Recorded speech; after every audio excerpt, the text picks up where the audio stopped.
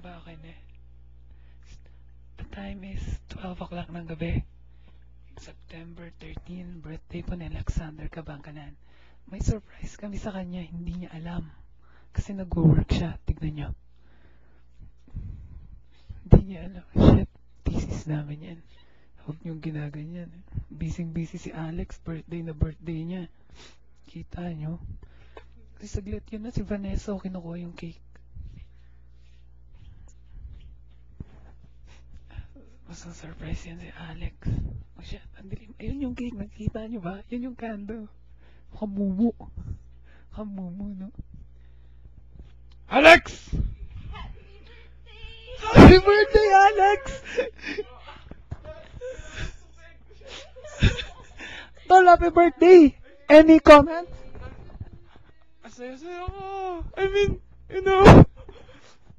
Hug. Shit, pare, nag-abala pa kayo, tol. Sarap na. Paano to? Mag-aaway-aaway pa ba tayo dito, pare? Palagay nyo. Okay lang. Sarap. Salamat, ha. Shit, mukhang brownies na maintindihan to, tol, ha. Well, that's our surprise. Hope you enjoy. Hope you're surprised. Para blow the candle. Up. Again, kakanin. Happy birthday to you. Happy birthday, happy birthday, happy birthday to you.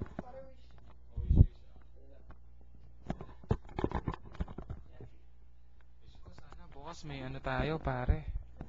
Beach. Swimming tayo sa La Union. No? Wish granted?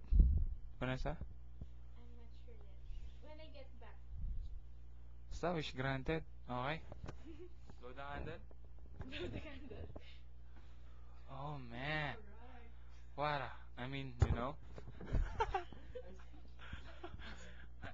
Say a word.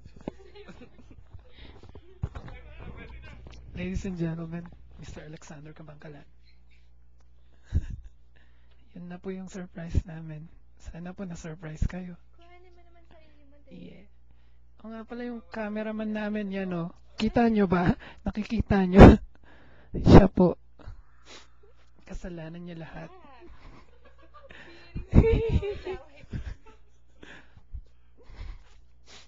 Actually, dalawa yung cake, eh. Hanapin nyo lang dyan sa loob yung isa.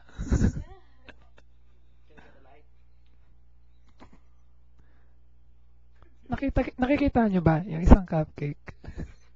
Okay. Yan na lang po. Bye. Cupcake eater.